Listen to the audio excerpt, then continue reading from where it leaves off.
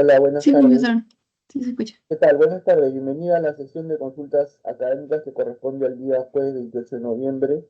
Mi nombre es Wilber Almonte. ¿En qué te puedo servir?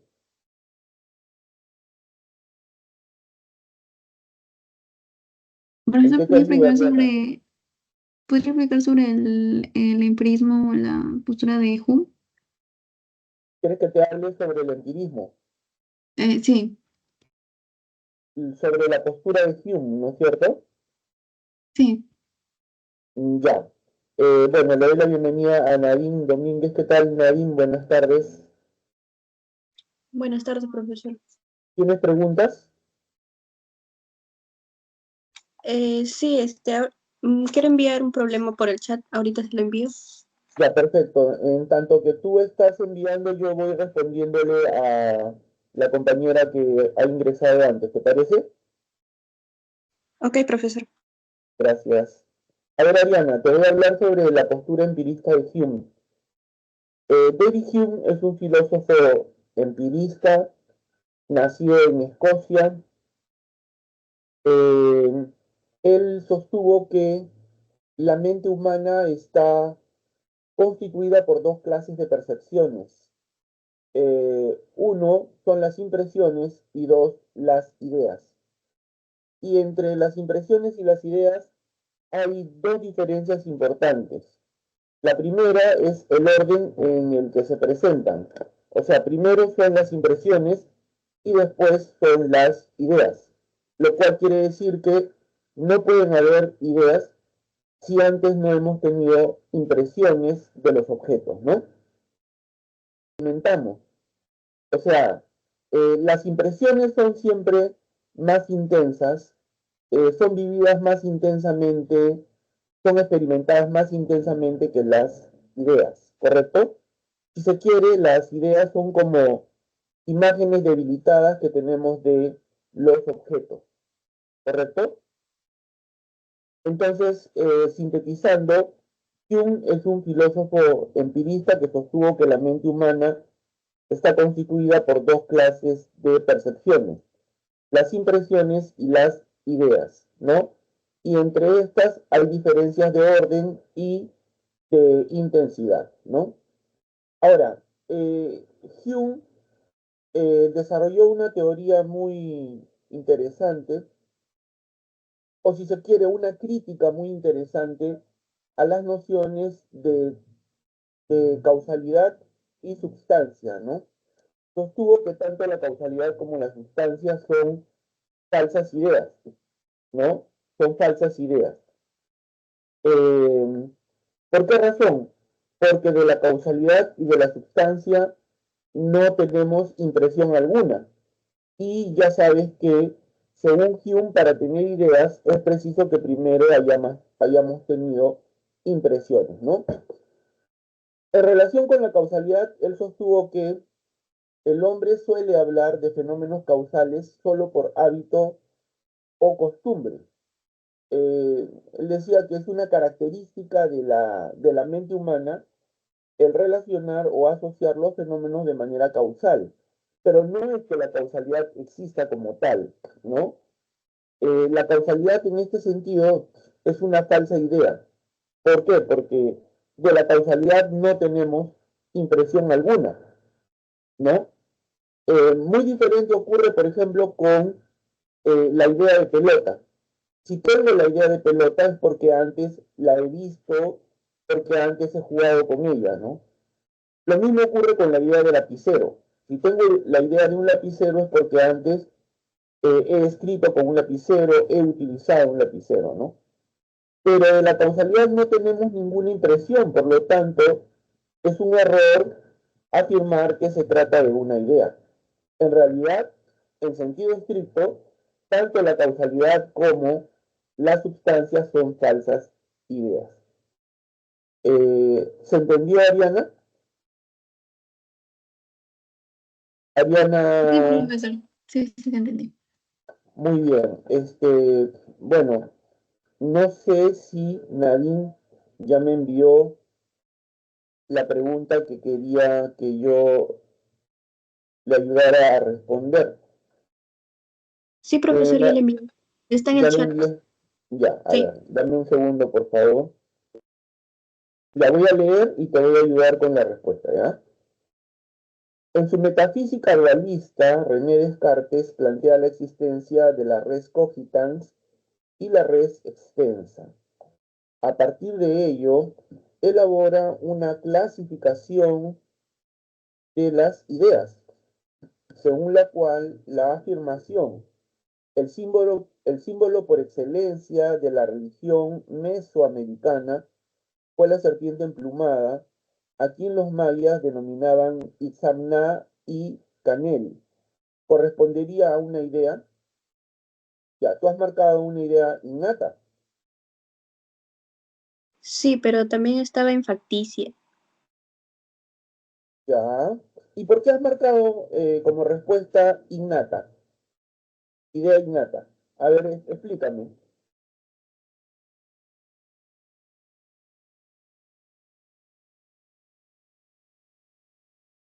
Porque, o sea, pensé que era como una idea. Tú sabes que las ideas innatas están presentes en el hombre desde que nace, ¿no? Sí. Sigues pensando que el símbolo por excelencia de la religión mesoamericana, me refiero a la serpiente emplumada, corresponde a una idea innata o más bien sería una idea facticia. Facticia. ¿Qué cosa es una idea facticia? A ver, explícame.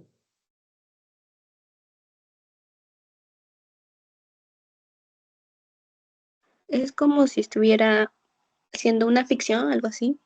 Ya, sí, sí, por ahí va la cosa. Mira, te explico, ¿ya? Descartes, o Descartes, como también puede llamársele, desarrolló una teoría nociológica, o sea, una teoría del conocimiento, de acuerdo con la cual el conocimiento del hombre se compone de tres clases de ideas. Las ideas innatas, que son las ideas fundamentales, puesto que gracias a ellas es que el conocimiento es posible. O sea, si el hombre tiene conocimientos es porque posee ideas innatas. ¿Me entiendes? O sea, las ideas, la existencia de las ideas innatas es la que hace posible el conocimiento. Sin ideas innatas no podríamos conocer nada, en otras palabras, ¿correcto? Las ideas innatas están presentes en nosotros desde que nacemos, están en nuestra mente, ¿no? Son ideas innatas, por ejemplo, la idea de Dios, la idea de mundo, la idea de causalidad, la idea de sustancia, algunos principios matemáticos, bueno, etcétera, ¿no? Eh, Descartes decía que el conocimiento del hombre se constituye a partir de las ideas innatas, ¿no? O sea, deducimos las demás ideas a partir de las ideas innatas. No olvides que Descartes fue un matemático, y como matemático que era, además de filósofo, claro está, ¿no? Además, como matemático que era, pensaba que el conocimiento matemático es el conocimiento por excelencia, por ser más riguroso, por ser más exacto, por ser más preciso, ¿no? Entonces él decía que el conocimiento filosófico y el conocimiento en general debe seguir o debe tener como modelo al conocimiento matemático. Como tú sabes, el conocimiento matemático, por ejemplo, el de la geometría, eh, se, se realiza de manera deductiva. Es decir, partimos de axiomas, ¿no? Para concluir en nuevos conocimientos, ¿no? Entonces, eh, en el hombre, las ideas innatas son como esos axiomas, ¿no? A partir de los cuales se van deduciendo nuevas ideas, es decir, nuevos conocimientos, ¿no? Entonces, para Descartes, las ideas innatas son ideas fundamentales porque hacen posible el conocimiento en el hombre, ¿no? Luego habló sobre las ideas adventicias, del verbo latino advenire, que quiere decir venir de fuera, ¿no? Las ideas adventicias son las que surgen en contacto directo con los objetos del mundo externo, del mundo exterior. Por ejemplo, la idea de una pelota, la idea de un auto, la idea de pizarra, la idea de carpeta, ¿no? La idea de automóvil, la idea de avión, son ideas adventicias que surgen en contacto directo con las cosas del mundo, ¿no? Del mundo externo. Y las ideas facticias son facticias o ficticias es lo mismo, son las ideas creadas por nuestra imaginación, ¿no? Y toman como base a las ideas adventicias, a las ideas adventicias. Por ejemplo, mira, una idea facticia es la idea de una sirena. ¿Qué es una sirena? Una sirena es un ser mitológico, mitad mujer, mitad pez. Entonces, la sirena se compone de dos ideas adventicias, mujer y pez. ¿Correcto? Así como la idea de Minotauro, ¿no? Que pertenece a la mitología griega y que es, como tú sabes, un ser mitad hombre, mitad toro, ¿no? También, ¿no? Se compone a partir de dos ideas adventicias, que son hombre y toro, pues, ¿no? Entonces, ¿se entendió la diferencia, Nadine, entre estas clases de ideas? Sí, profesor, gracias. No, pero espérate. Acá viene, vamos a rematar, ¿ya? Entonces, mira, para que lo entiendas. Eh, el símbolo por excelencia de la religión mesoamericana fue la serpiente emplumada. La serpiente emplumada. Te pregunto, la idea de serpiente emplumada, ¿qué clase de idea es? Ahora que ya sabes cuáles son los tres tipos de ideas que según Descartes componen nuestros conocimientos. ¿Qué tipo de idea es? Una Facticio. es una idea facticia, claro. A ver, sustenta tu respuesta. ¿Por qué es una idea facticia?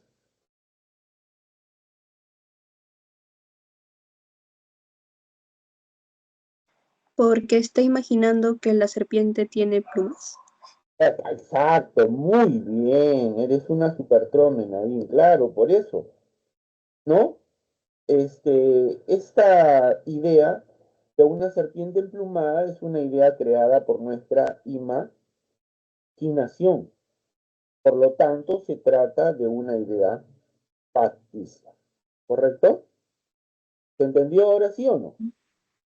Sí, profesor, ahora sí le entendí. Muy Gracias. bien. No, eres una trome, te felicito. Bueno, le doy la bienvenida a Gabriela Arias y también a Gianluca Aquipe. Bienvenidos a la sesión de consultas académicas. Asimismo, le doy la bienvenida a Ariana de la Cruz. No sé si tienen preguntas. Mi nombre es Wilber Almonte, soy profesor de filosofía y estoy a cargo del servicio de consultas académicas. El día de hoy mi horario es de 5 a 7, a 5 de la tarde a 7 de la noche, así que en ese horario pueden hacerme las consultas que ustedes consideren pertinentes, ¿no? No sé quién se anima, a ver, vamos. Profesor, ¿podría explicar la pregunta 4 de la semana 6? Claro que sí, pero necesito que me brindes unos segundos para buscar el archivo, ¿ya? Un ratito. Ok, profesor.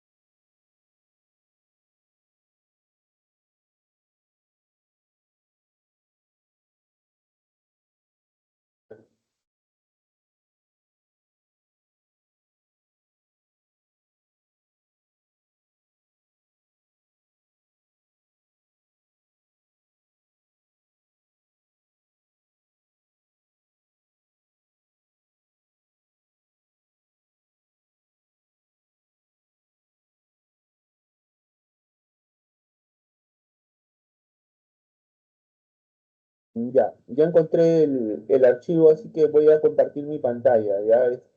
Gabriela.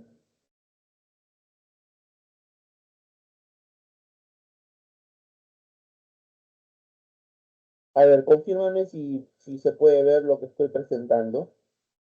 Sí se ve. Ya, voy a leer entonces. ¿Está bien o quieres que agrande el tamaño de la letra?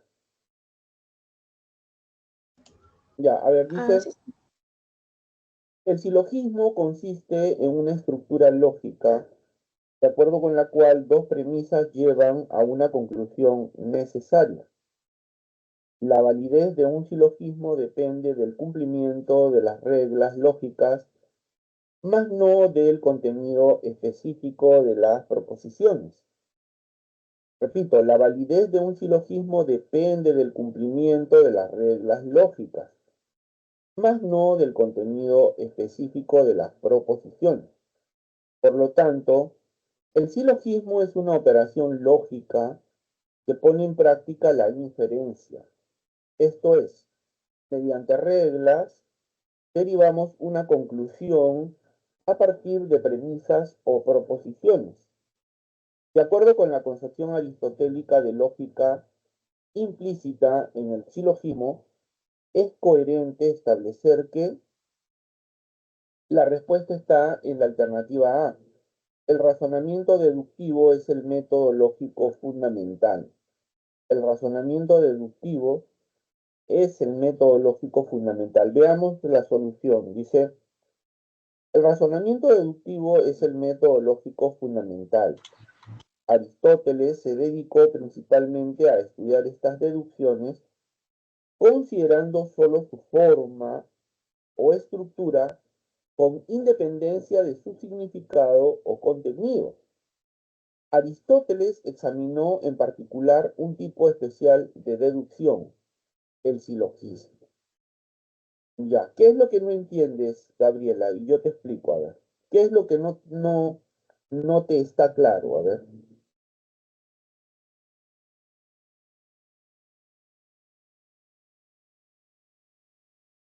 Acerca de la historia del silogismo. Perdón, otra vez.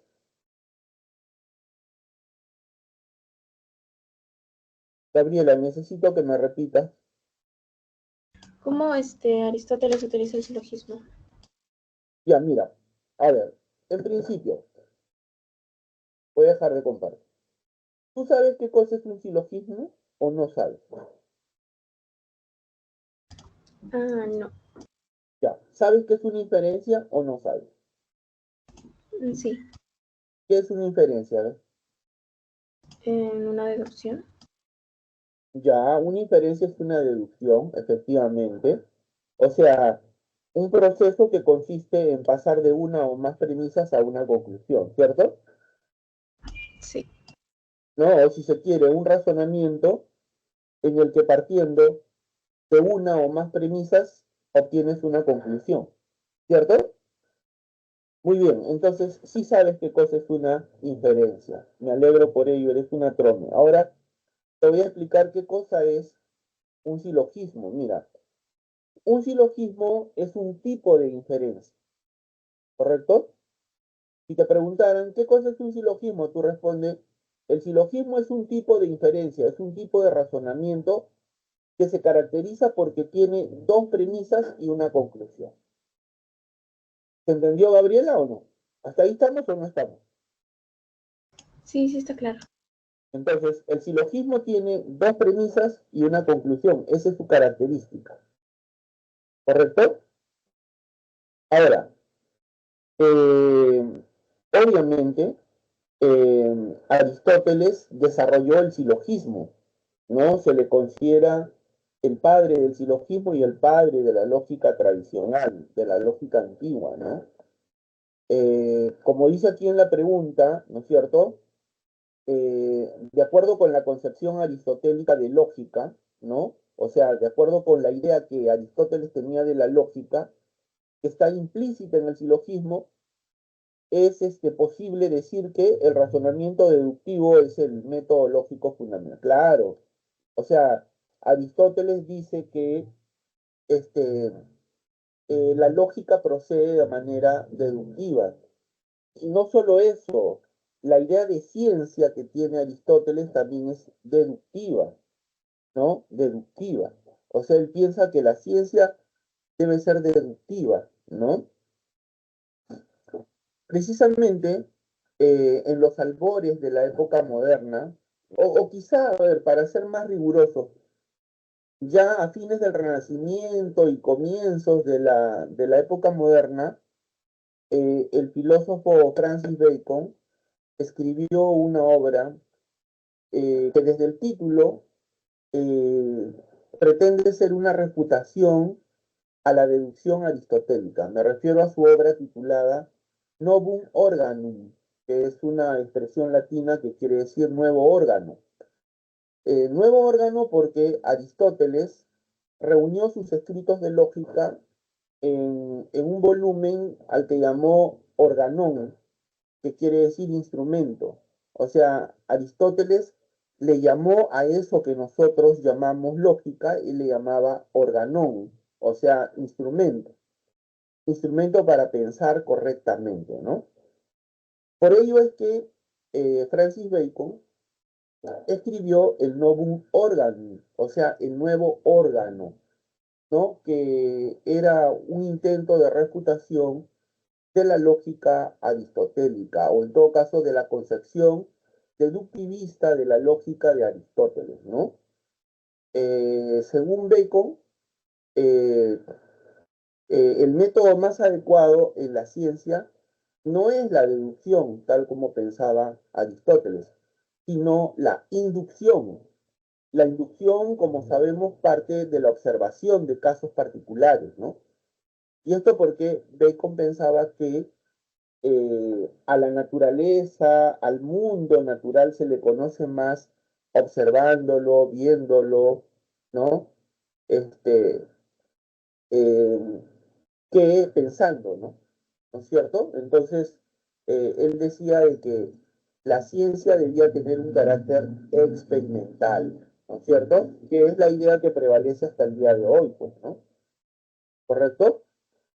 Muy bien, pero volviendo a la pregunta, eh, Aristóteles pensaba que eh, era posible crear un instrumento, o sea, la lógica, ¿no? Un instrumento, un organum, ¿no? Un instrumento que diera como resultado que el hombre pudiese pensar correctamente, ¿no? Entonces, eso supone que para Aristóteles la lógica era una ciencia formal. O sea, una ciencia formal porque se ocupa de estudiar únicamente la estructura, la forma de nuestros razonamientos, mas no así de los contenidos, ¿correcto? No así los contenidos. Porque, por ejemplo, mira, este, voy a compartir mi pantalla para mostrarte el siguiente ejemplo, ¿no? Mira, a ver, voy a agarrar un lapicerito. Mira, por ejemplo, y P, entonces Q, y P, entonces Q. ¿Ya? Esta es la estructura del modus ponens. Y el modus ponens es un tipo de inferencia siempre válida. ¿Ya? Siempre válida. Mira, si nosotros ordenamos así el modus ponens, así de esta manera, y P entonces Q, ¿ya? Y P entonces Q, y luego, si nosotros sometemos esta fórmula a las tablas de verdad que tú conoces, te vas a dar cuenta que en el resultado siempre vamos a tener resultados verdaderos, ¿no? O sea, se trata de una fórmula tautológica, ¿no? O sea, que dice lo mismo, verdad, verdad, verdad, verdad. Tautos logos, que dice lo mismo. O sea, que es válida, ¿no? Si es tautológica, es válida. ¿Me entiendes? Entonces, ¿por qué te digo esto? Porque cualquier razonamiento que tenga esta forma, la del Mons Ponens, siempre va a ser válido. Siempre va a ser válido. siempre va a ser tautológico, siempre va a ser válido, independientemente del contenido de las proposiciones. Por ejemplo, mira, partamos de aquí. Si viajo a Europa, entonces conoceré Italia. Y viajo a Europa, por lo tanto, conoceré Italia. ¿Ya? Otra forma sería así. Si viajo a Argentina, entonces estudiaré en la Universidad de Buenos Aires. Y viajo a Argentina, entonces estudiaré en la Universidad de Buenos Aires.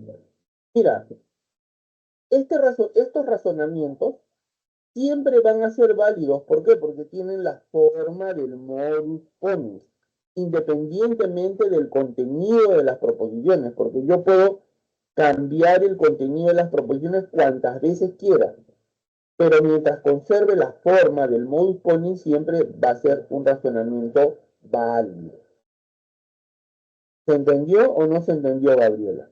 Por eso se dice que la lógica es una ciencia formal, porque se ocupa solamente del estudio de la forma de nuestros razonamientos, de su estructura, de su composición, más no del contenido de ellos.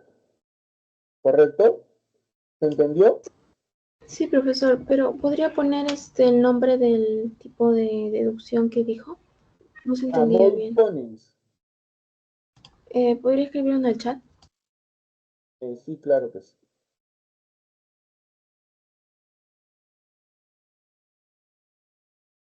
Ya ahí está, ahí lo he puesto en el chat. ¿Lo estás leyendo? Sí, gracias. Otro también es el modus tollens. Lo voy a escribir ya.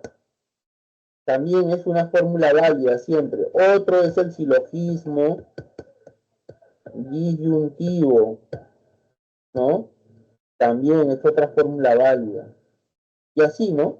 O sea, los razonamientos que tienen la forma de un modus ponens, de un modus tollens, de un silogismo disyuntivo, etcétera, siempre son válidos, siempre son tautológicos. ¿Entendió? Sí, profesor. Muy bien, ahora voy a atender la pregunta de Flavia. A ver, bienvenida Flavia Cárdenas a la sesión de consultas académicas. Gracias por la espera. ¿Me escuchas? A ver, Profesor, buenas tardes. ¿qué tal? ¿Cómo estás? ¿Cómo te ha ido esta semana, Flavia? Tú ya has entrado antes a consultas académicas, ¿no? Sí, profe. Ah, qué gusto. Entonces, me encanta que siempre ingreses. Bueno, voy a resolver tu pregunta, ¿te parece?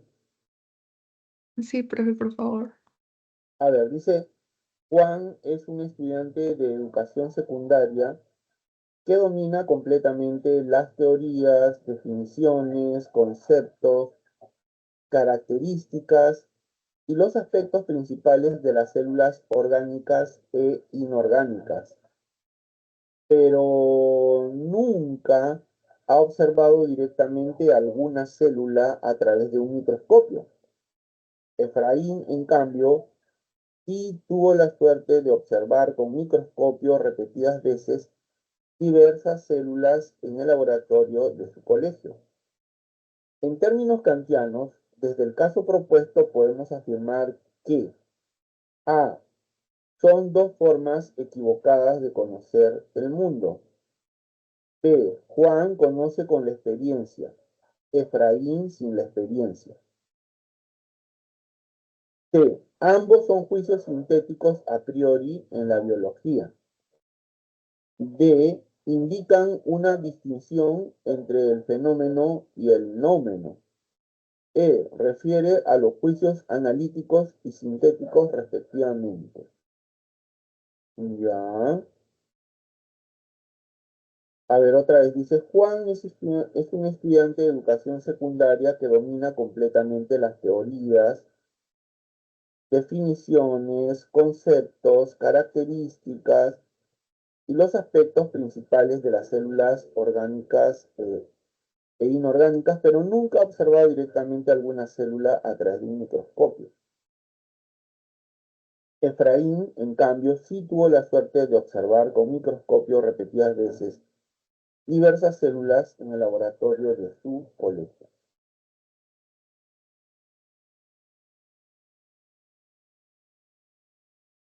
Ya. Entonces, por descarte,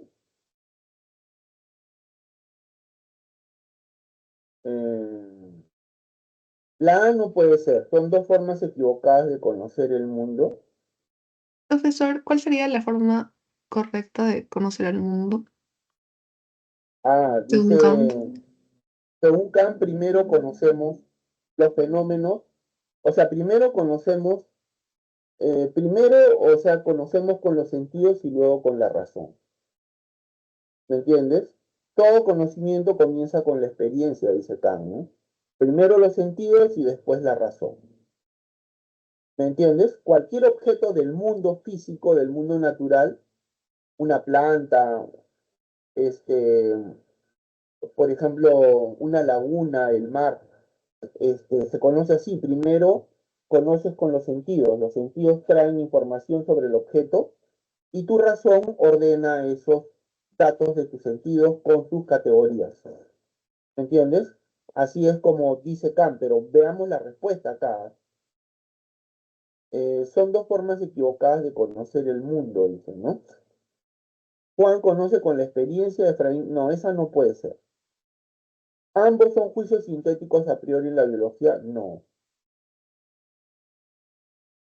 ¿Indican una distinción entre el fenómeno y el noumeno? No. Refiere a los juicios analíticos y sintéticos, respectivamente. Sí, podría ser la EA. Entonces, eso no eh, entiendo. ¿Por qué podría ser la E? porque, mira, a ver, los juicios, Kant dice que nuestro conocimiento se constituye por varios tipos de juicios, ¿ya? Inicialmente Kant habla de dos tipos de juicios, ¿ya? Los juicios analíticos y los juicios sintéticos, ¿correcto? Los juicios analíticos son a priori, o sea, no necesitan de la experiencia para determinar su verdad. Los juicios sintéticos son a posteriori. ¿Por qué? A posteriori quiere decir que requieren de la experiencia, después de la experiencia, ¿no? A priori significa antes de la experiencia, a posteriori significa después de la experiencia.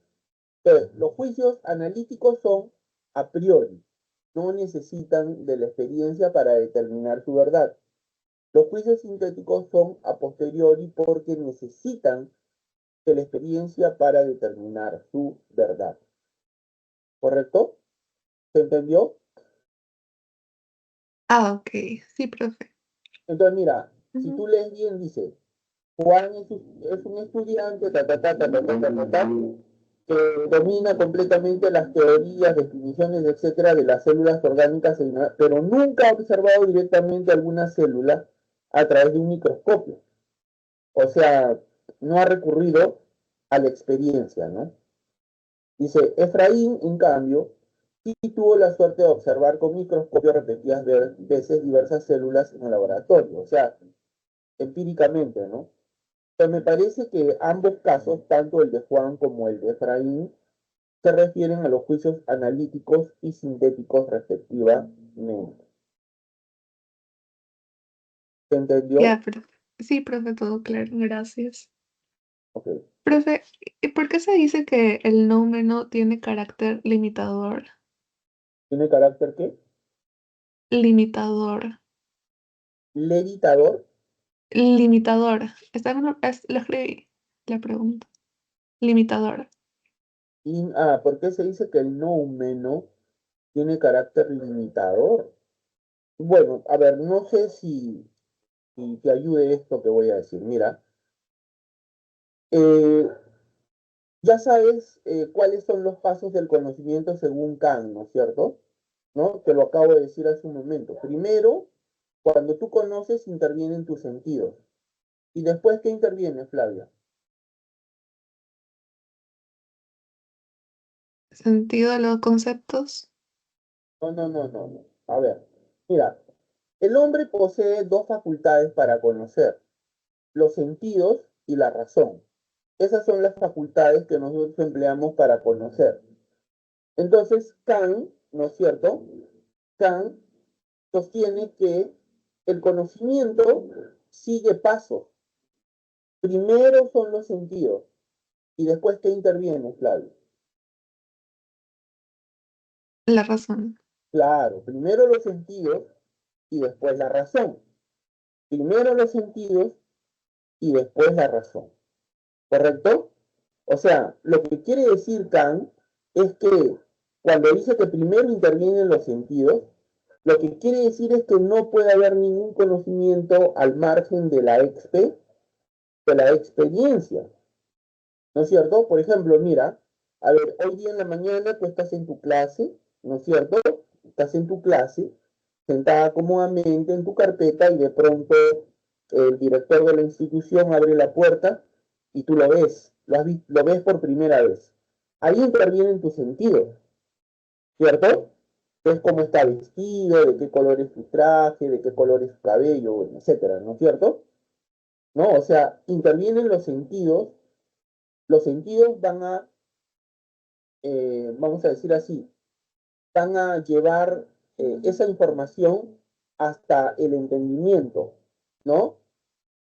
El entendimiento lo que hace es, primero, eh, contextualiza esos datos en el tiempo y en el espacio. ¿Por qué? Porque no puede darse ningún conocimiento fuera del tiempo y del espacio. Todo conocimiento ocurre dentro de un espacio y un tiempo determinados, lo cual quiere decir que para Kant el espacio y el tiempo forman parte de nuestro entendimiento, están en nuestra razón, forman parte de nuestra razón, ¿correcto? Y luego, lo que hace el entendimiento, la razón, es proyectar sobre el objeto, ¿no? Proyecta sus categorías, la categoría de sustancia, de causalidad, de pluralidad, de unidad, lo que quieras. ¿Me entiendes? Y así es como ordena el conocimiento. Primero los sentidos y después la razón. Dime, ¿se entendió, Flavia, hasta ahí o no? Con toda sinceridad. Sí, ¿Sí, profe. claro o no? Sí, profesor. Ya, a ver, Todo. repíteme. Según Kant, ¿cómo conocemos? ¿Cuál es el primer paso? Impresión, luego es Primero los sentidos los y después, sentidos, la razón, y ya, o sea, según Kant, el espacio y el tiempo, ¿dónde están? el espacio y el tiempo, ese es el fenómeno, No, ¿no? el espacio y el tiempo, te lo he dicho hace un momento. ¿Dónde está el espacio y el tiempo? ¿Recuerdas que te dije que cuando, por ejemplo, una persona ingresa a tu salón, ¿no es cierto? Los sentidos intervienen, ¿no? Ahí interviene tu vista, ¿no? Entonces tú ves cómo está vestido, de qué color es su cabello, de qué color es su piel, de qué color son sus ojos, etcétera, ¿no? Entonces, esa información, ¿no es cierto?, la proporcionan los sentidos, ¿no? Y la razón ordena esa información. Primero, la razón proyecta el espacio y el tiempo, ¿no? O sea, primero la razón ubica esa información en un tiempo y un espacio, porque no puede haber un conocimiento fuera del espacio y del tiempo, pues no sería absurdo, ¿no? ¿No es cierto? Por eso te decía, ¿dónde está el espacio y el tiempo según Kant? ¿En los sentidos o en la razón? En la razón. En la razón. Y luego la razón proyecta, impone sobre el objeto sus categorías. Por ejemplo, la categoría de sustancia, de causa, de unidad, pluralidad, con la que ordena el conocimiento, ¿no? ¿Me entiendes? ¿Está claro o no está claro hasta ahí? Sí, profe. Las categorías, ¿dónde están según Kant? ¿En los sentidos o en la razón? Categorías, razón. En la razón, claro, en la razón, ¿no es cierto? Muy bien, eres una trome, ¿ves? Ahora mira, según Kant, nosotros solo conocemos los fenómenos de las cosas. Profe, ¿y qué significa fenómeno? Fenómeno quiere decir lo que aparece a nuestro sentido, lo que conocemos con los sentidos, o sea, con la vista, con el tacto, con el olfato, con el gusto, ¿no es cierto? Que me permite saber, por ejemplo, los colores, los sabores, los olores, ¿no? Entonces, Kant dice, nosotros conocemos primero los fenómenos, solo conocemos los fenómenos, ¿ya? Pero el nómeno, que quiere decir la cosa tal como es en sí misma, y si se quiere, la esencia de las cosas es incognoscible. Nunca podemos llegar al nómeno. Nunca podemos llegar al nómeno. Nunca, nunca podemos conocer el nómeno. El nómeno es incognoscible. Profe, ¿y por qué el nómeno es incognoscible? ¿Por qué? Porque siempre nuestro entendimiento interviene, ¿no? O sea, siempre va a intervenir nuestra razón, ¿no es cierto? Eh, para impedirnos conocer cómo son las cosas tal como son en sí mismas, ¿no? ¿Me entiendes? Porque solo podemos conocer dentro de los límites de nuestra razón. Más allá no. Por eso es que Kant criticaba a la metafísica tradicional y criticaba también a los filósofos metafísicos, ¿no? A esos que hablaban acerca de la existencia de Dios, del alma, y que decían que podían demostrar la existencia de Dios, que decían que el alma es inmortal y que podían demostrar su existencia.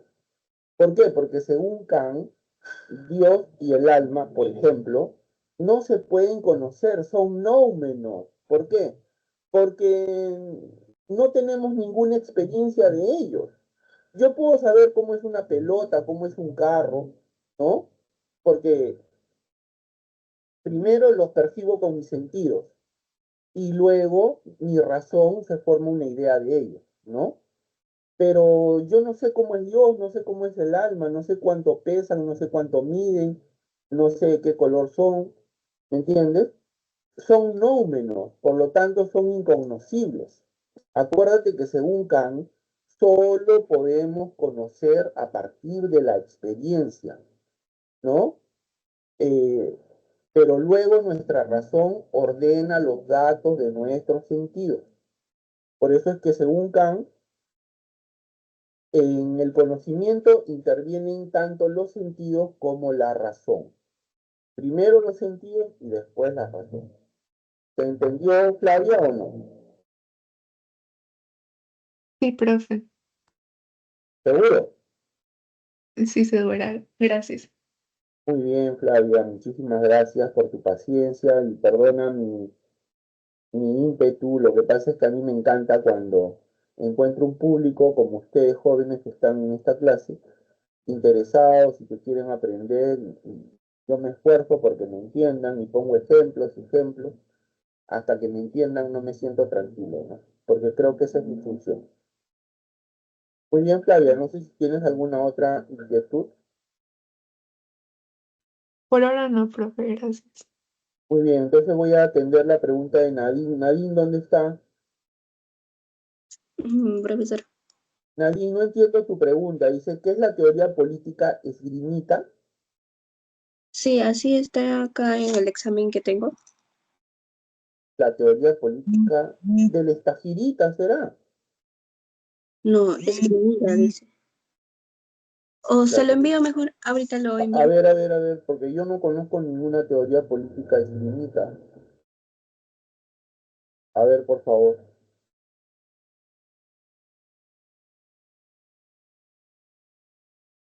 No sé si Gianluca o Ariana de la Cruz tienen preguntas.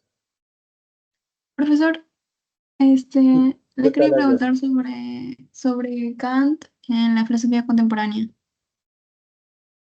Fuerte, por favor, porque no te escucho.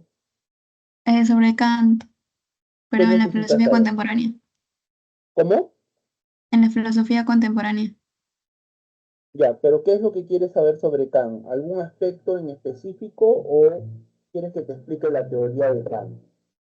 Sí, es que hablan del materialismo histórico y varios tipos de materialismo. Ya, ya, déjame un ratito atender la pregunta de Nadine y luego vamos contigo, ¿ya? Ya, a ver, dice, Una teoría política determinada se sostiene sobre la base de una antropología básica en torno a la naturaleza moral del ser humano. Repito, una teoría política determinada se sostiene sobre la base de una antropología básica en torno a la naturaleza moral del ser humano. En términos amplios, el pensamiento político se agrupa alrededor de dos concepciones antropológicas opuestas. Una optimista. Los seres humanos son espontáneamente buenos, capaces de crear una sociedad justa y superar el egoísmo. La contraria sostiene su naturaleza malvada. Los que sostienen esta posición critican usualmente la ingenuidad e inviabilidad de la democracia liberal por eludir dicha naturaleza en su ordenamiento jurídico. En relación con la teoría política esgrimida, ¿dónde está este? A ver, Nadine, ¿me escuchas? Sí, No dice esgrimita, dice esgrimida. el Esgrimida corrector, quiere profe. decir mencionada, formulada. ¿Me entendiste o no? Ah, sí, O sea, mira, a ver, dice, está hablando sobre dos teorías antropológicas, ¿no? Una de carácter optimista, dice, los seres humanos son espontáneamente buenos, capaces de crear una sociedad justa y superar el egoísmo. Obviamente ahí hay una alusión a la teoría política de filósofos como Juan Jacobo Rousseau. No sé si has escuchado hablar de Rousseau. Rousseau decía, el hombre nace bueno, pero la sociedad lo corrompe. Juan Jacobo Rousseau, filósofo ginebrino, autor de El contrato social, El Emilio, La nueva Eloísa, etc., él es autor de la teoría del bon sauvage, o sea, del buen salvaje, de acuerdo con la cual el hombre es bueno por naturaleza, pero la sociedad lo corrompe, ¿no? Ya, ahora habla sobre la contraria, dice, ¿no? La teoría contraria sostiene su naturaleza malvada, ¿no? Ahí se está refiriendo a autores como Hobbes, por ejemplo, ¿no? Thomas Hobbes decía, Homo homine lupus es, el hombre es un lobo para el hombre, o sea, hacían notar el carácter egoísta, perverso, malvado del hombre, ¿no? Los que sostienen esta posición critican usualmente la ingenuidad e inviabilidad de la democracia liberal por eludir dicha naturaleza en su ordenamiento jurídico. En relación con la teoría política esgrimida, o sea, que es la última, ¿no? La teoría esta de que sostiene que el hombre es malvado, ¿no? Determina el valor de verdad o falsedad de las siguientes proposiciones. ¿Juan Jacobo Rousseau fue pesimista? No, no, él era optimista porque pensaba que el hombre es bueno por naturaleza, ¿no? Entonces es falsa. ¿Thomas Hobbes fue optimista y liberal? No, Thomas Hobbes era pesimista y pensaba que el hombre es malo, es perverso, es egoísta, ¿no? Y necesita de un gobierno duro, una monarquía centralizada, una monarquía absoluta que se imponga sobre el hombre, sobre su libertad. Pero Agustín de Hipona fue pesimista.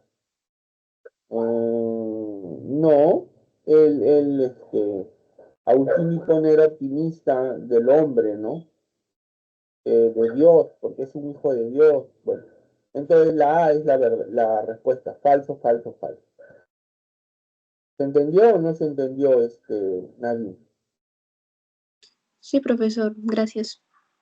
Gracias. Entonces ya sabes qué significa esgrimida, ¿no? La teoría Sí. política esgrimida es la teoría política mencionada, explicada, ¿no? Que se acaba de presentar, si se quiere, ¿no?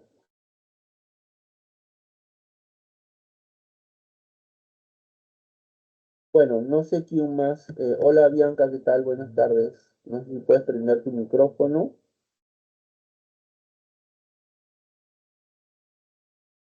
Si no puedes, no hay problema. Escríbeme tu pregunta, yo la leo y te respondo.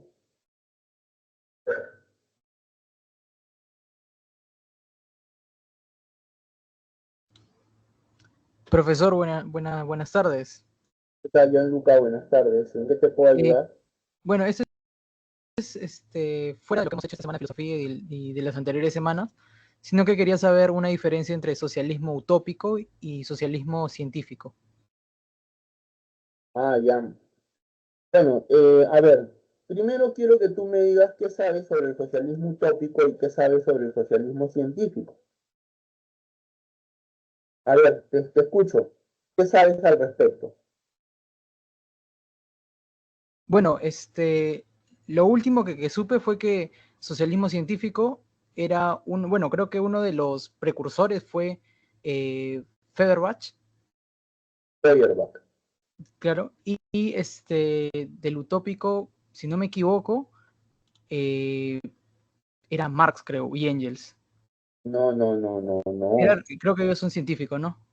No, no, no. Mira, el socialismo utópico, palabra que está formada por utópico que viene de utopía, ¿no? Utopía quiere decir irrealizable, ¿no?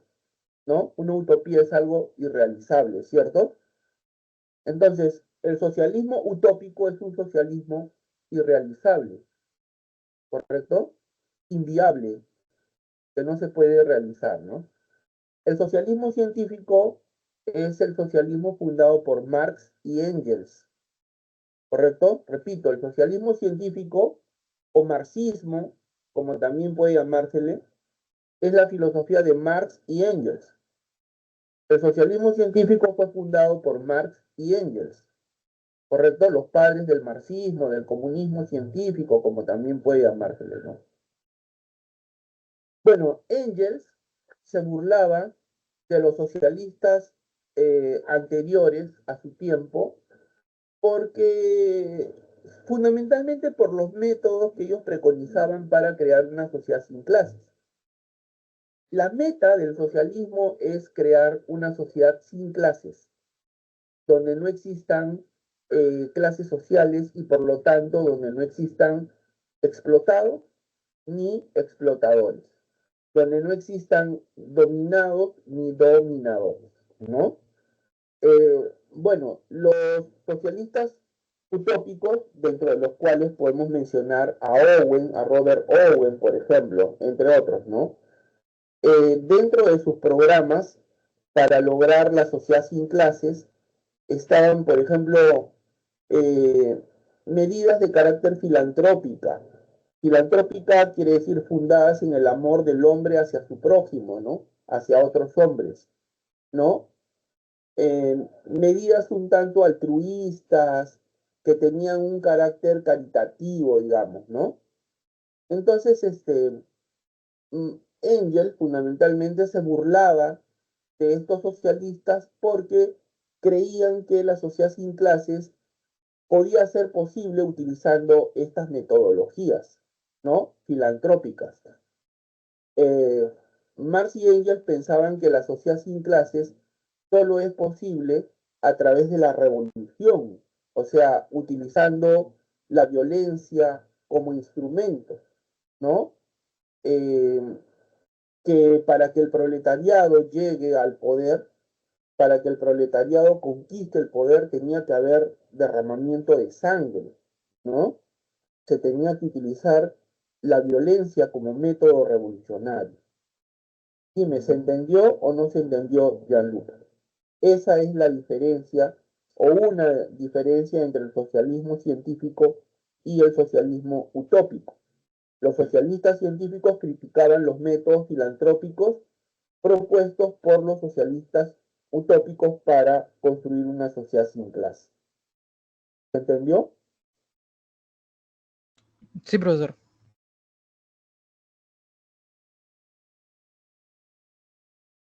Muy bien, no sé quién más tiene preguntas. A ver, Bianca me ha mandado dos. ¿Cuál es la que debo ver, Bianca? Lo que pasa es que me las has enviado, pero está volteada. A ver, voy a tratar de voltearla, a ver.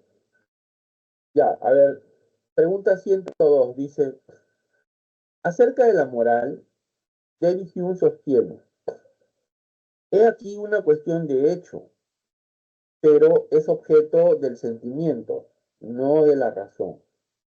Está en vosotros mismos, no en el objeto.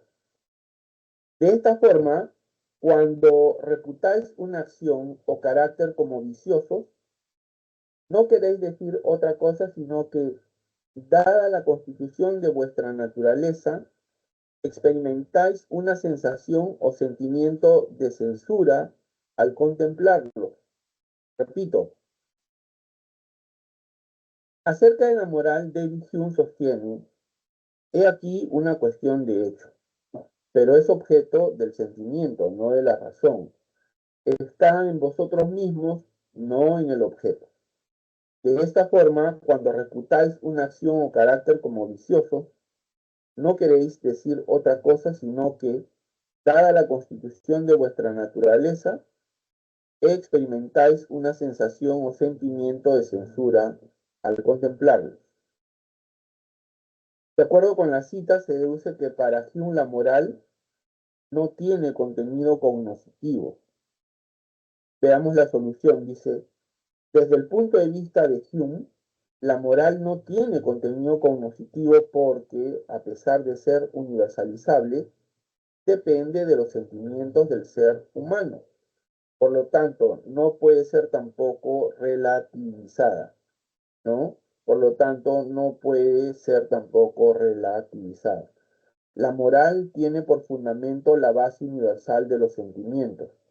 Es decir, que todos nos conmovemos por las mismas cosas, pero esto no supone que tenga una base racional o cognitiva. Claro, es que Hume, como tú sabes, era empirista, ¿no? Era empirista. Él eh, sostenía que la moral no tiene como base a la razón, sino que eh, la moral se basa en los sentimientos, ¿no?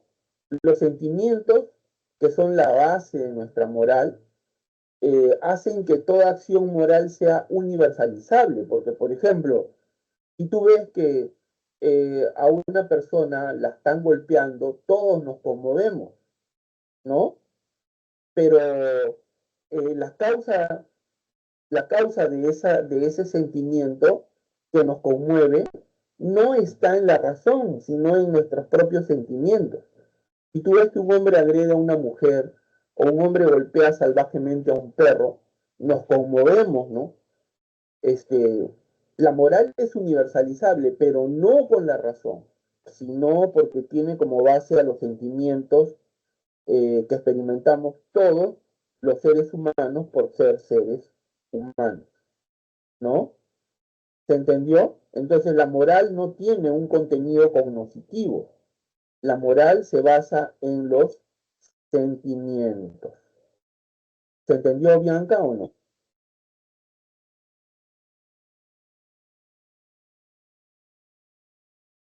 ¿Dónde está Bianca? ¿Se entendió? Muy bien, voy a la otra pregunta un ratito.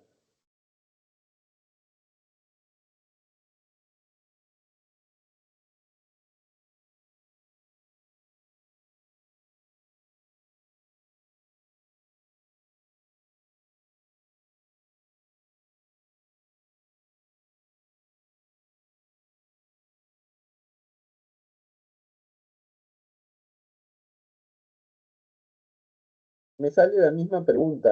¿Son la misma pregunta?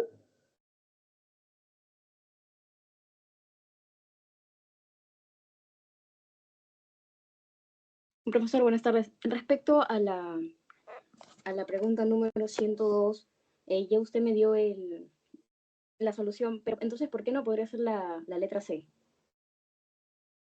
Es una cuestión de hecho universal, dice, ¿no?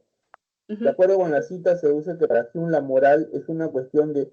Claro, la moral es universal, según Hume, pero de acuerdo con el enunciado, ¿no? De acuerdo con lo que dice el enunciado, la respuesta más cercana, la más directa que se sigue es que la moral no tiene contenido, ¿no? Porque por todo lo que dice en el enunciado, mira, dice, acerca de la moral, Hume sostiene, he aquí una cuestión de hecho, pero es objeto del sentimiento, no de la razón, ¿ya? Con lo cual te está diciendo que la moral está basada en los sentimientos, no en la razón, no en los conocimientos.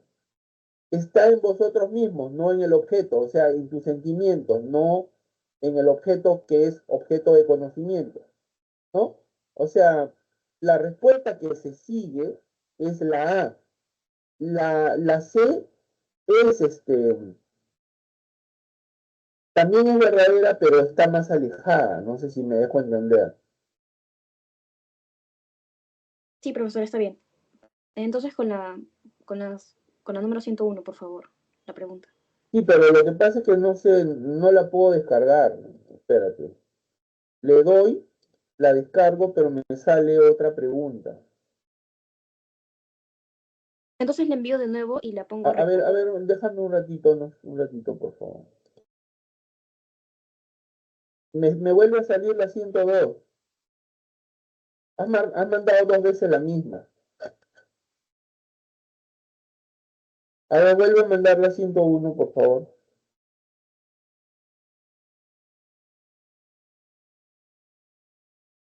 Ya, ahora sí. Ya, ahora sí, ya. Mira, entonces,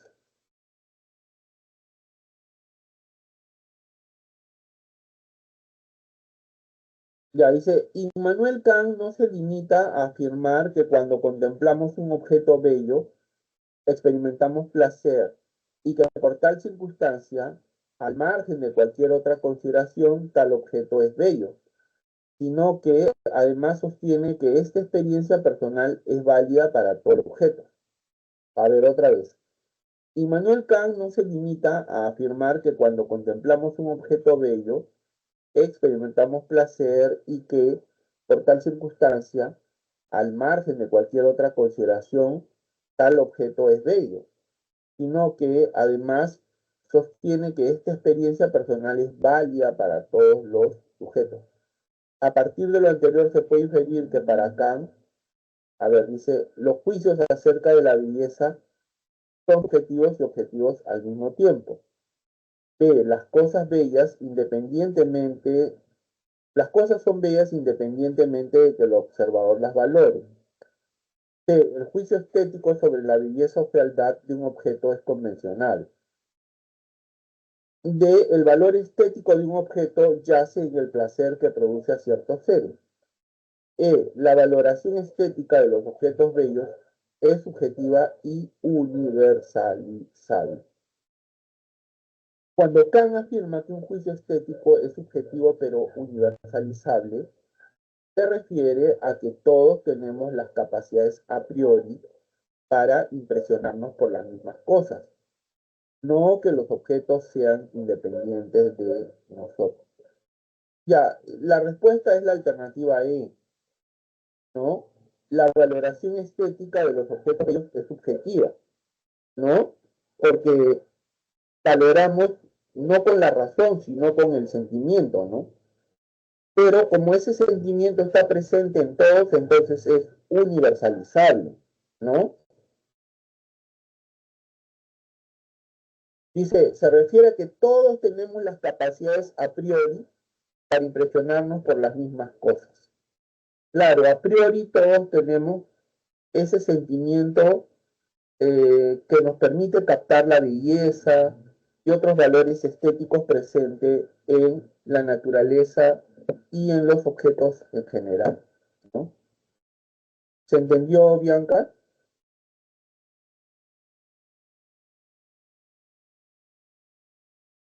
Sí, profesor, gracias. Claro, ese carácter a priori, ¿no? De ese sentimiento estético que está presente en el hombre es similar al imperativo categórico, ¿no? que es, digamos, la ley moral fundamental en el hombre y que nos ordena actuar siempre por deber y nunca, perdón, claro, por deber y nunca por provecho, ¿no? Por deber y nunca por provecho. O sea, ese sentimiento estético presente en el hombre es similar al imperativo categórico, ¿no? Que según Kant, cuando valoramos una obra de arte lo hacemos simplemente por el gusto, ¿no? Por el gusto, sin ninguna otra finalidad que el gusto, ¿no? Que experimentamos cuando observamos algo que es bello, ¿no? A eso se refiere, ¿no? Muy bien, a ver, Melody, buenas tardes, ¿cómo estás? No sé si puedes prender tu micrófono. Sí, profe, buenas tardes. ¿Qué tal? ¿Cómo te ha ido? ¿Cómo te ha ido esta semana? ¿Todo bien? Sí, profe. Muy bien, ¿Podría pasarme las claves, por favor, de esa claro semana? que sí. Ya, dame un segundo, voy a buscar la separata.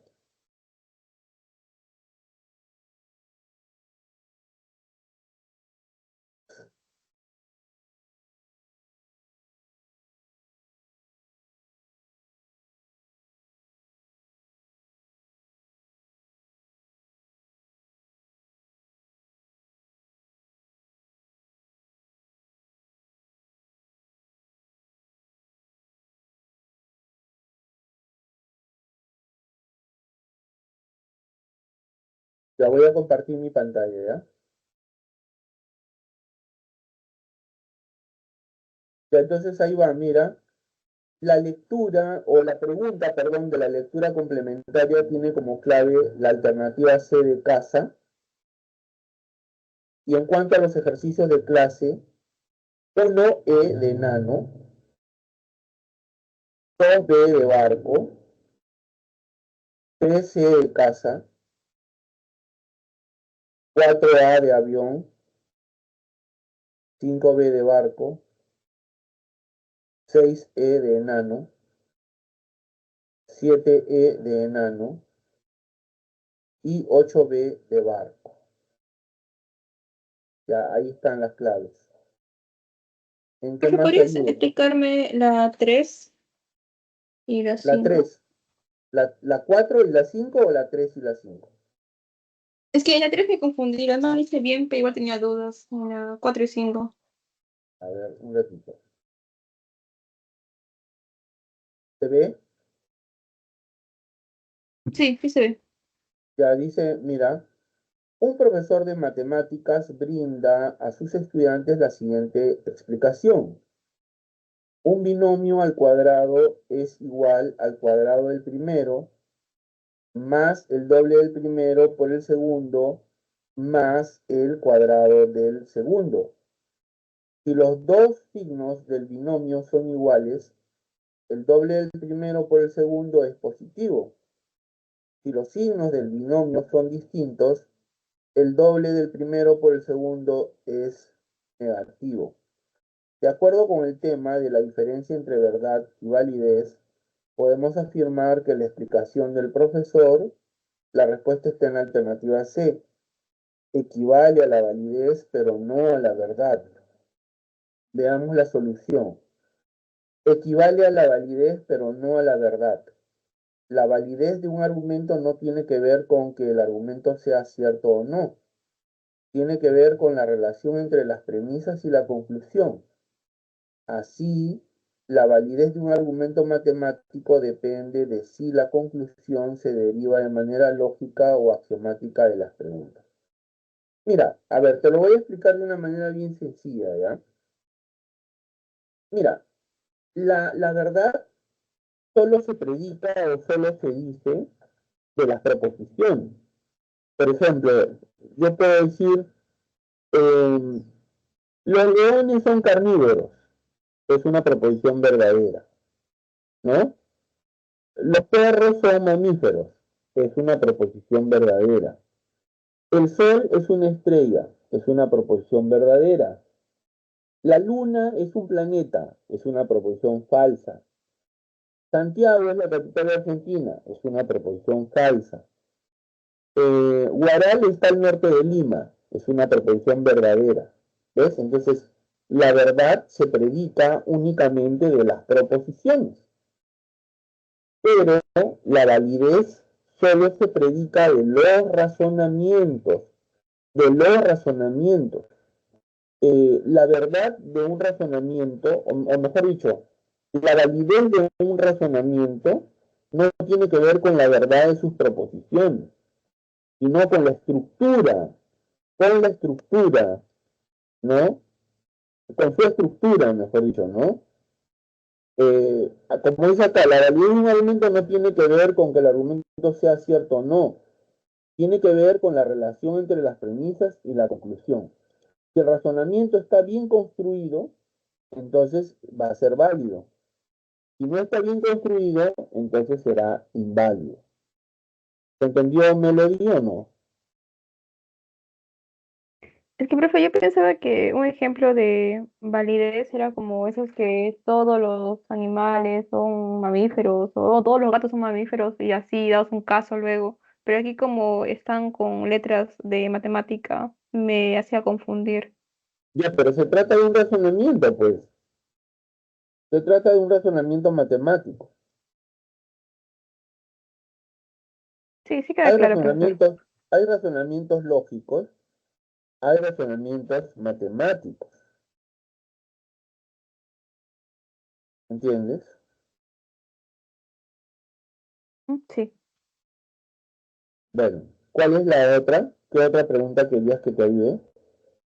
Profesor, disculpe, en la 2 sí lo marqué bien, pero eso de que Frege te va a decir acá que es el primer genuino precursor de la lógica matemática, pero en la teoría estaba que era Bowlett.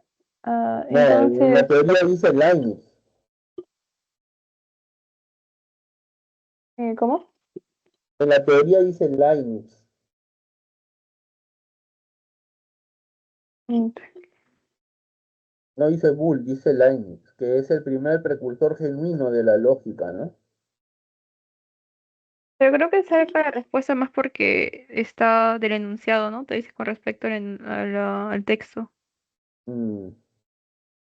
Sí, bueno, Frege también fue un precursor de la lógica matemática, o más que precursor, algunos lo consideran el padre de la lógica matemática moderna, ¿no? Pero bueno, a mí me parece que hubiera sido mejor en esa pregunta poner a quien aparece en la separata, que en este caso es eh, Gottfried Leibniz, ¿no? Leibniz. Mira, y te lo puedo mostrar, ¿ya? Te lo puedo mostrar. Si me das Sí, un pero podría segundo, compartirlo. y yo te voy a compartir. Espérate, mira. Dame un segundo, por favor.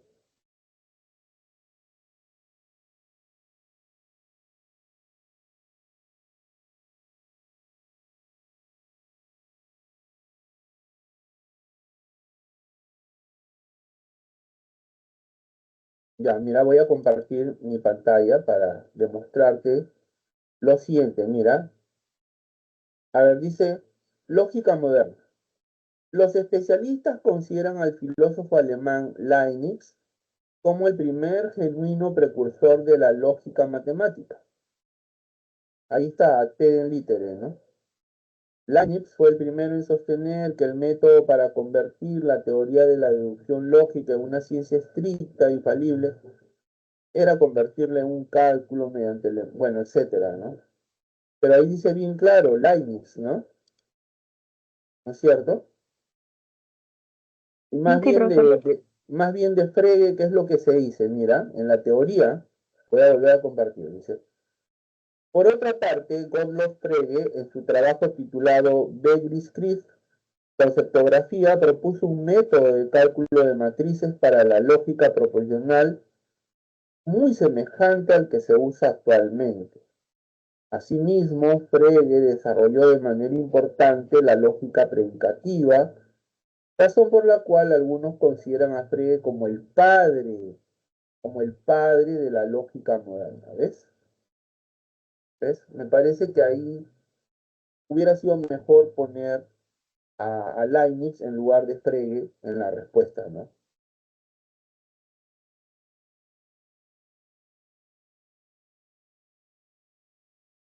¿Se entendió? Sí, profesor. Ya, ¿qué tal, Flavia? Buenas tardes, bienvenida nuevamente. ¿Cuál es tu pregunta? Profe, ¿por qué Comte decía que la metafísica tiende a una vana restauración del estado teológico? ¿De dónde has sacado eso? Quiero que Es me de la concede 10 pre. segundos para prender la luz de esta habitación porque ya no veo nada. Un segundito, ¿ya? Por favor, un ratito, ¿ya? Ya.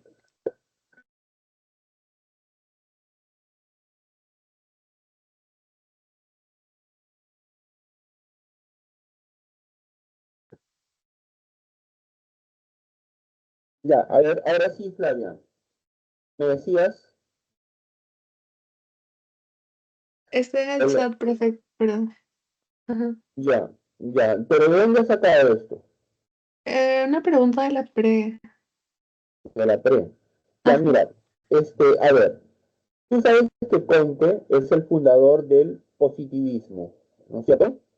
Y sabes también que el positivismo sostiene que el espíritu humano ha pasado por tres estadios, por tres etapas, ¿no? Eh, el estadio teológico, el estadio metafísico y el estadio positivo, que es el estadio superior, ¿no? La fase más importante, ¿no? Eh, bueno, el estadio teológico se corresponde con las etapas, digamos, más arcaicas, más primitivas del hombre, ¿no?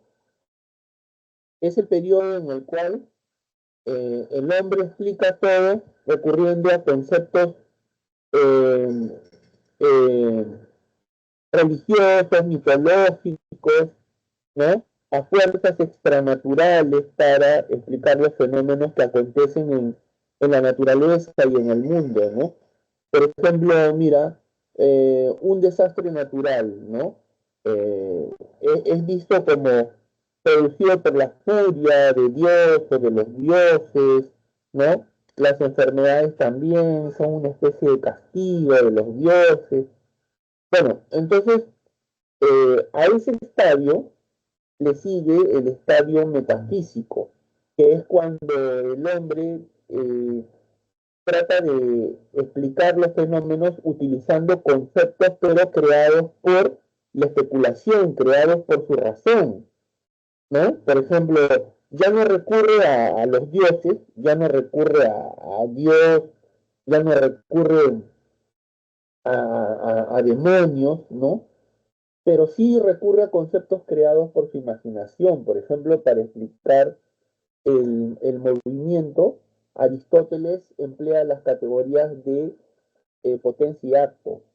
¿Qué cosa es el movimiento para Aristóteles? Es el paso de la potencia al acto. Pero, pero seguimos en el plano especulativo. Por eso es que, según Comte, el periodo metafísico tiende a una vana restauración del estado teológico. O sea, volver a lo mismo, ¿no? A simples palabras que no tienen un contenido empírico que no se puede verificar. Porque, o sea, potencia, acto, ¿dónde están? Yo no los puedo probar. Los dioses no los puedo probar, no sé dónde están, no sé qué forma tienen, no sé qué color son. ¿Entiendes? Recuerda que para el positivismo eh, el único conocimiento válido es el conocimiento científico. Y la única forma válida para producir conocimiento es el método científico. El método científico que explica las cosas de manera causal, relacional, ¿no? Eh, y también no debemos olvidar que para el positivismo el progreso procede de la ciencia, no de la filosofía ni tampoco de la religión. El positivismo quería erradicar la religión y la filosofía por considerarlas estériles, improductivas, infecundas, pura cháchara, puro palabras, palabras, palabras, palabras, palabras. cosas que no se pueden comprobar empíricamente. ¿Se entendió o no se entendió, Flavio? Sí, profesor, aparte sí, pero ¿cómo es eso de la restauración? O sea, al estado teórico de la metafísica, la Claro, restauración. que significa volver a lo mismo, pues. Significa, el estado teológico es un intento de restaurar el estado teológico en el sentido de volver atrás, al pasado. Ten presente que para el positivismo el progreso solo proviene de la ciencia. Solo con la ciencia es que los hombres, los pueblos, las culturas avanzan, logran el progreso. ¿Se entiende? La filosofía no, la religión tampoco, porque son estériles, son infecundas, son pura cháchara, pura verborrea, palabras huecas que no se pueden comprobar. ¿Se entendió o no? Sí, profe, No me gracias. digas, no me digas si lo entendí por complacerme. ¿Lo has entendido o no? Sí, profesor. Sí, Muy bien, me alegra entonces. Claro, porque vuelvo a repetirte, Flavia, el positivismo considera que este, la filosofía es estéril, ¿no? Es tan igual que la religión en tanto que es estéril, infecunda, improductiva, no produce conocimiento alguno, más bien genera confusión de ideas, genera oscuridad, genera atraso, ¿ya? Y esto porque, mira, Conte fue un testigo de lo que la industrialización, ¿no? La segunda revolución industrial traía como consecuencia en Inglaterra y en otros países europeos. La revolución industrial trajo muchos cambios positivos, ¿no? Tuvo resultados prácticos que beneficiaron tremendamente a la humanidad. Por ejemplo, la fabricación de medicinas y antibióticos para combatir y erradicar enfermedades que antes mataban a los hombres, ¿no? El hecho de emplear técnicas que permitían aprovechar mejor los campos de cultivo y obtener producciones o cosechas más abundantes para superar las crisis alimentarias que mataban a mucha gente en el pasado, ¿no? Entonces, esta industrialización trajo muchos beneficios, muchas cosas positivas. Por eso es que Conte decía, el progreso solo proviene de la ciencia y de la tecnología, que es, si se quiere, ¿no? Está ligada con la ciencia, ¿no? ¿Ya? Pero la filosofía, la religión, son generadoras de atraso. Entonces yo decía, tú vas a un país pobre y en lugar de encontrar universidades encuentras templos religiosos.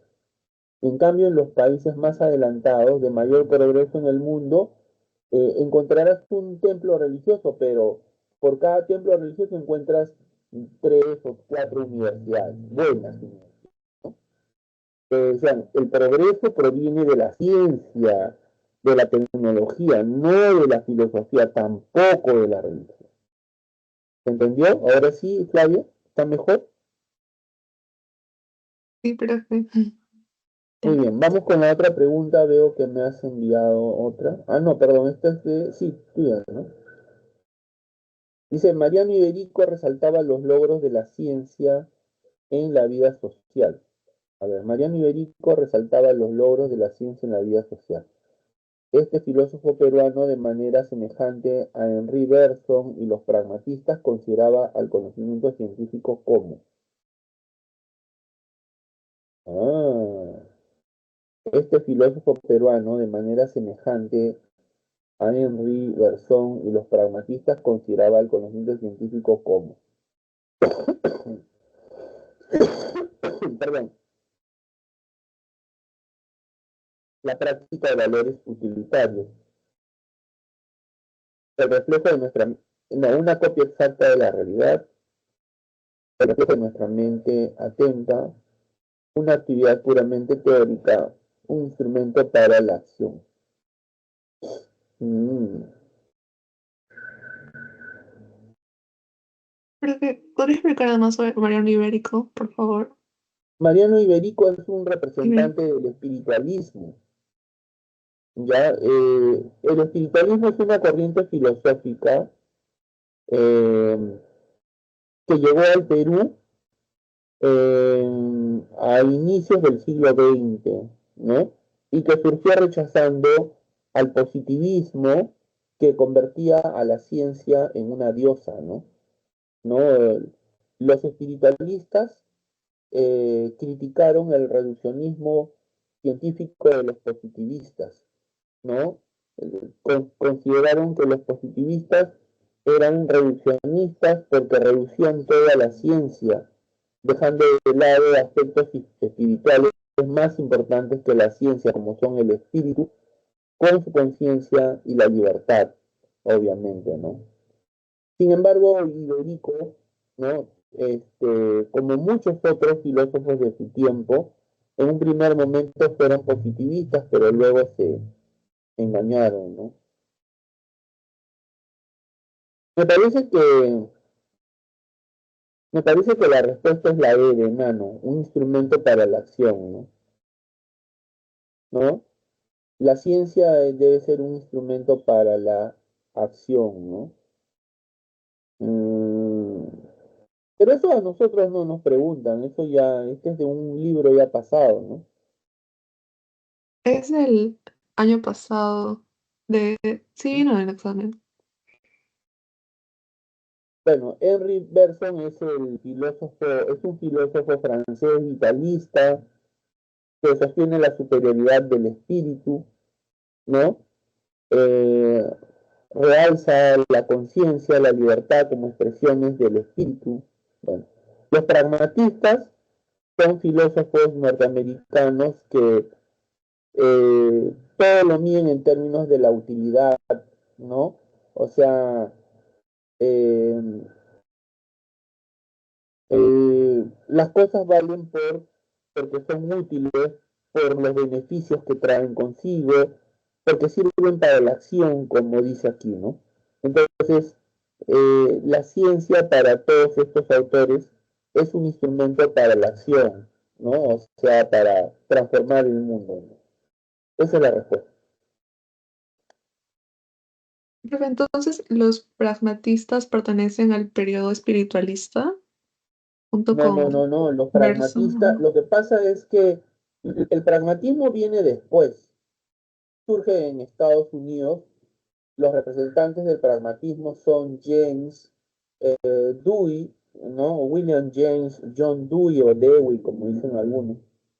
Este, los pragmatistas, del griego pragma, que quiere decir útil, consideran que hay que valorar las cosas por los beneficios, por la utilidad, ¿no? Por lo que nos permiten lograr con ello, ¿no? Por sus beneficios, ¿no? Las cosas valen por los beneficios, ¿no? Por eso, ¿no? Por ejemplo, mira, has visto que el actual alcalde de Lima, este, se ha empeñado en impulsar la ampliación de la vía expresa, ¿no? Hacia el sur de Lima, ¿no? Pero en su propósito, se está erradicando, ¿no? Del lugar por donde va a pasar la ampliación de la vía expresa, se está sacando de ahí a las familias, ¿no? Incluso creo que la parte de un colegio, de un campo deportivo, se está tirando abajo, ¿no? Bueno, pero los pragmatistas dirían que todo eso vale la pena por los beneficios que va a traer consigo esa obra, ¿no? Porque va a beneficiar a muchísima gente, más de los que va a perjudicar, o sea, más gente va a salir beneficiada que gente va a salir perjudicada. No sé si me dejo entender. Sí, Y para profesor. los pragmatistas, la mejor acción es la que hace felices al mayor número de personas. ¿Me entiendes? Es la mayoría sobre la minoría, ¿no? ¿Se entendió? Y ya, profe, sí. Gracias. No, gracias Gracias a ti, muy interesantes tus preguntas, Flavia. Te resalto eso, muy interesante. Y te felicito porque, por querer aprender más y preguntar. Y bueno, te ruego que me perdones por mi ímpetu. Lo que pasa es que a mí me gusta siempre explicar y que me entiendan y pongo ejemplos y lo hago con esa finalidad, ¿no? ¿Ya? Pero siempre vas a ser bienvenida a este servicio de consultas académicas. No dejes de acudir siempre. Yo gustoso te voy a ayudar, ¿sí? Sí, perfecto. Muy bien, ahora voy a atender la pregunta de Gabriela. Me dice, profesor, ¿puede explicarme la pregunta 5? Claro que sí, Gabriela, no sé si me escuchas. ¿Puedes prender tu micrófono? Sí, profesor. Te refieres a la pregunta 5 de las separatas 6, ¿no es cierto? Sí. Ya, a ver, dame un segundo, por favor. A ver, vamos a la pregunta número 5. ¿Puedes verlo? Sí, sí se ve. Ya, a ver, dice, las rocas son cada uno de los diversos materiales sólidos formados por cristales o granos de uno o más minerales. Repito, las rocas son cada uno de los diversos materiales sólidos formados por cristales o granos de uno o más minerales. Si relacionamos esta expresión con la diferencia entre verdad y validez, podemos decir que, repito, las rocas son cada uno de los diversos materiales sólidos formados por cristales o granos de uno o más minerales. Si relacionamos esta expresión con la diferencia entre verdad y validez, podemos decir que la respuesta está en la alternativa B, corresponde a una verdad porque es real. Ya, mira, aquí la cuestión central es la diferencia entre verdad y validez. ¿Ya? Verdad y validez. Mira, la verdad solo se predica de las proposiciones, ¿correcto? Por ejemplo, yo te voy a decir varias proposiciones y tú me vas a decir si es verdadero o falso. ¿Te parece, Gabriela? Sí. A ver, el sol es una estrella. Verdadero. Muy bien. Los leones son carnívoros. ¿Falso? Los leones son carnívoros. Ya, lo verdadero. Los perros son mamíferos. Verdadero. Las ballenas son cetáceos. Verdadero. Los gatos son felinos. Verdadero. Lima es la capital de Brasil. Falso. Ya, mira. Entonces, la verdad se predica de las proposiciones, ¿correcto? Pero la validez se predica de los razonamientos, ¿correcto? Sí. Por ejemplo, ¿no? Si todos los hombres son mortales y Sócrates es hombre, entonces Sócrates es mortal. Ese es un razonamiento, porque el razonamiento parte de una o más premisas para llegar a una conclusión, ¿correcto? Entonces, se trata de determinar si es que esa conclusión, ¿no? Si a esa conclusión hemos llegado de manera necesaria, o sea, válida, a partir de las premisas. Y eso tiene que ver con el contenido, perdón, eso no tiene que ver con el contenido de las proposiciones, sino tiene que ver con la estructura, con la forma de los razonamientos. ¿Entiendes? Porque la lógica es una ciencia formal. Profe, ¿por qué la lógica es una ciencia formal? Porque analiza los razonamientos en términos de su forma, de su estructura, de su composición, no de su contenido. ¿Correcto? Por eso es una ciencia formal. Hace abstracción de los contenidos para ocuparse únicamente de la estructura o forma de los razonamientos. ¿Correcto? Por ejemplo, mira, a ver, mira, si P, entonces Q,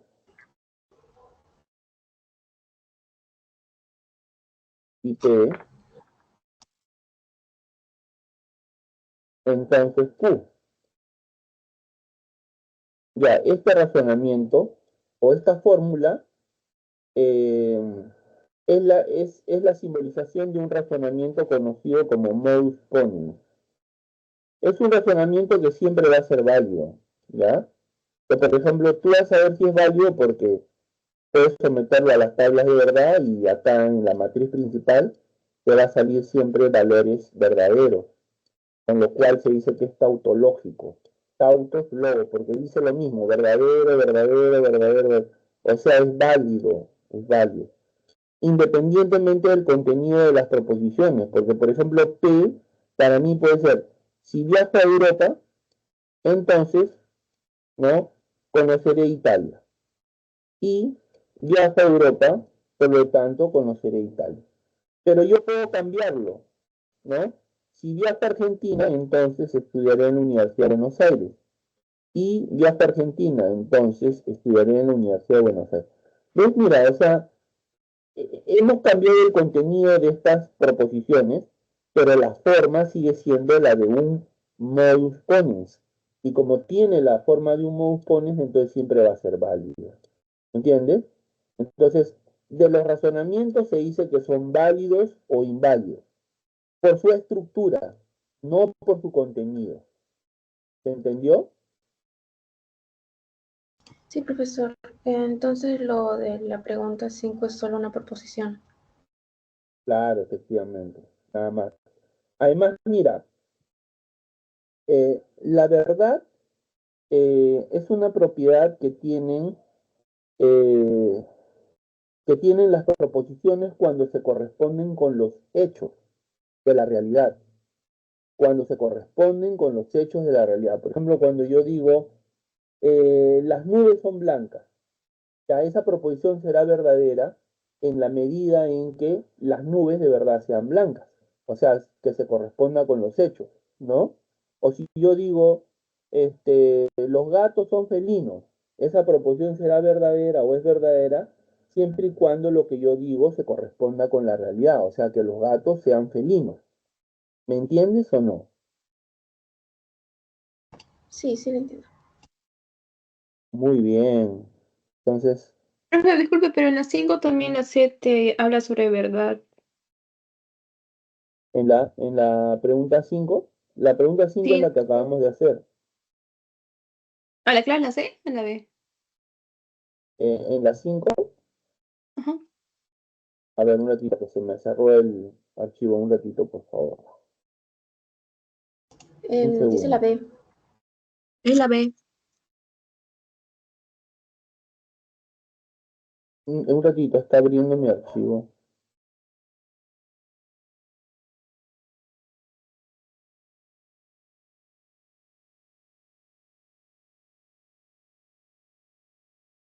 En la 5 la respuesta es la B.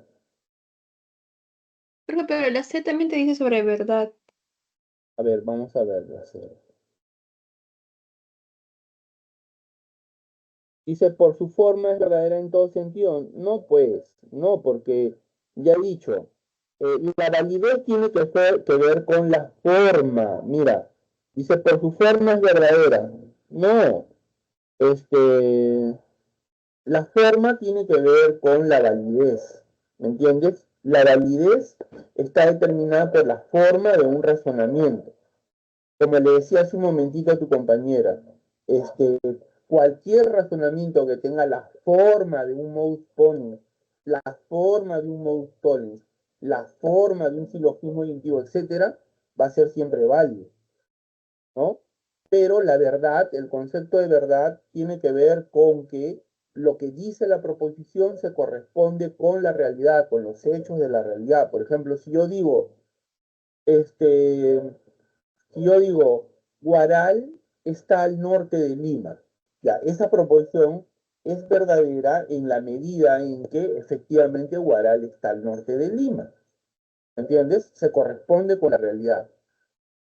O por ejemplo, la proposición, el Sol es una estrella, es una proposición verdadera dado que en efecto realmente el Sol es una estrella, tiene las características que toda estrella tiene. ¿Me entiendes o no? Entonces, profe, la validez es la forma y la estructura y la verdad es el contenido. La verdad es cuando el contenido de la proposición se corresponde con los hechos. Ujú. Así es. Profesor, una pregunta. Hace ratos a una alumna le dijo que el sentido es primero y la razón es segundo. Aquí en este tema de la lógica, ¿quién es primero, validez o verdad? ¿O ninguno es primero? Los dos son, por decir, diferentes, pero casi iguales. No, lo que pasa es que no puedes confundir los ámbitos. Cuando yo dije primero son los sentidos y después la razón, estaba hablando acerca de la teoría del conocimiento de Kant, ¿no? Kant dice que eh, cuando conocemos, primero intervienen los sentidos y después interviene nuestra razón, ¿no? Así es como se constituyen nuestros conocimientos, con los datos de los sentidos, pero también con las categorías de la razón, ¿no? Ahora, en relación a lo segundo que tú dices, ¿qué es primero, la verdad o la validez? No, acá no se trata de si es primero o no. Se trata de que la verdad se predica de las proposiciones. La validez se predica de los razonamientos. Son cosas diferentes. ¿Entendió? Sí, profesor, gracias. ¿Ya? No sé Profe, si ¿podría hay explicar otra. la 4? La pregunta 4, claro que sí.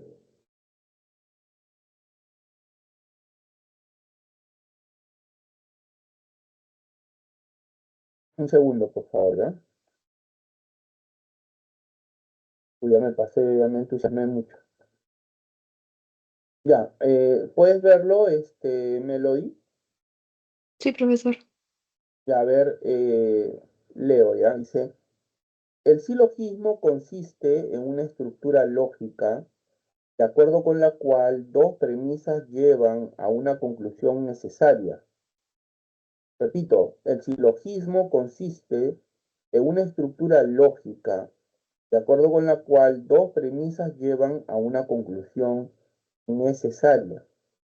La validez de un silogismo depende del cumplimiento de las reglas lógicas, mas no del contenido específico de las proposiciones. Mira, qué interesante, ¿ah? La validez de un silogismo depende del cumplimiento de las reglas lógicas, mas no del contenido específico de las proposiciones. Por lo tanto, el silogismo es una operación lógica que pone en práctica la inferencia. Esto es, mediante reglas, derivamos una conclusión a partir de premisas o proposiciones. Derivamos una conclusión a partir de premisas o proposiciones. De acuerdo con la concepción aristotélica de lógica implícita en el silogismo, es coherente establecer que la respuesta es la A. El razonamiento deductivo es el método lógico fundamental. Ya, mira, ocurre lo siguiente. Aristóteles es el padre de la lógica tradicional, ¿no? Así se le considera, el padre de la lógica antigua, es el padre de la lógica tradicional. Él fue quien desarrolló el silogismo, ¿no? El silogismo es un tipo de inferencia, es un tipo de deducción que se caracteriza, es un tipo de razonamiento que se caracteriza porque tiene solo dos premisas y una conclusión. Repito, el silogismo es un tipo de razonamiento, de inferencia, de deducción, caracterizado porque tiene únicamente dos premisas y una conclusión, ¿no? Entonces, Aristóteles estaba convencido de que la lógica a la cual él llamó organón u órganon, si se quiere decir órganon, que quiere decir instrumento, podía ayudarnos a pensar correctamente. Para Aristóteles, la lógica era un instrumento para pensar correctamente, ¿no? Pero Aristóteles estaba seguro que, que podemos pensar correctamente independientemente del contenido de nuestras proposiciones si la forma de nuestros razonamientos sigue ciertas reglas, ciertos principios, ¿no? Y por eso es que la lógica desde sus orígenes ha tenido ese carácter formal, ¿no? Porque como hemos estudiado, cuando vimos la definición de lógica, ¿qué es la lógica? Es la ciencia formal que estudia la validez de la inferencia. ¿Por qué se dice que es la ciencia formal? Porque a la lógica solo le interesa la forma, la estructura de nuestros razonamientos, ¿no?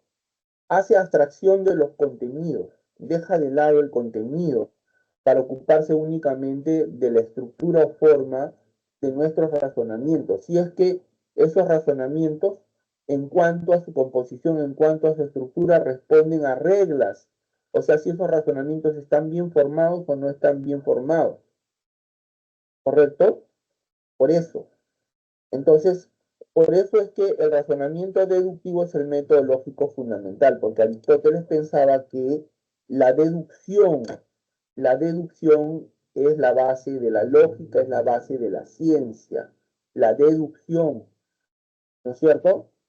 Sin embargo, en los albores de la modernidad, Francis Bacon escribió un libro llamado Novum Organum, que quiere decir nuevo órgano, con el que buscaba refutar a Aristóteles. Eh, para Bacon, Aristóteles estaba equivocado cuando afirmaba que la deducción es el método para conocer el mundo físico, el mundo natural.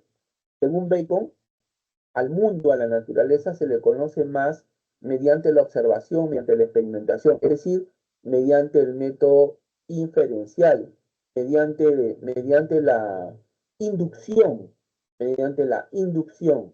O sea, Bacon propone la inducción basado en la observación antes que la deducción. ¿Se entendió o no se entendió Melody? Ah, sí, pero justo se iba a preguntar sobre la inducción, pero sí, sí quedó claro.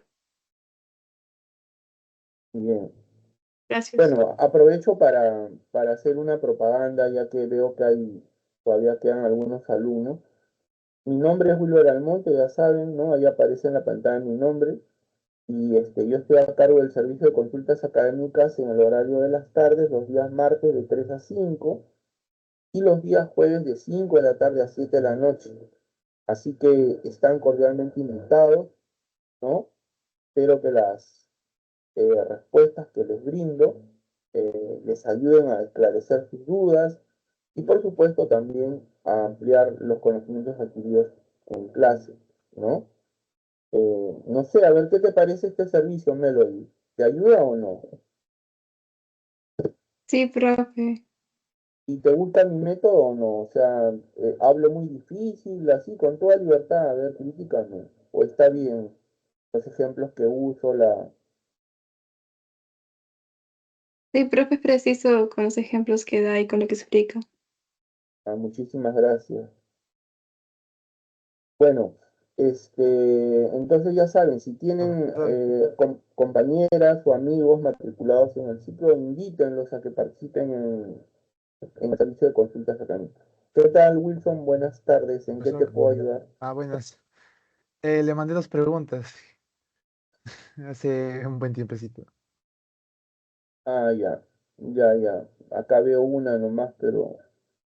Hay dos un poco más arriba. Ah, ya. A ver, dice, la concepción cartesiana del universo consideraba el cosmos como una máquina regida por unas pocas leyes matemáticas. ¿Ya? La concepción cartesiana del universo consideraba el cosmos como una máquina regida por unas pocas leyes matemáticas. Sí, pues Descartes consideraba que el mundo es como una gran máquina, como un gran reloj que funciona de acuerdo con su propio mecanismo, con sus propias leyes. A partir de tres leyes, Descartes pretendió explicar fenómenos tan disímiles tales como la luz, los planetas, la gravedad, las mareas o la transparencia del vidrio, ¿no? Según la cita anterior, se puede manifestar que la filosofía de Descartes ya, se abstrajo de la experiencia sensorial, dudó de la existencia del Dios cristiano, sostuvo que la realidad es sustancial, resolvió problemas físicos y químicos, dedujo varias reglas morales y estéticas.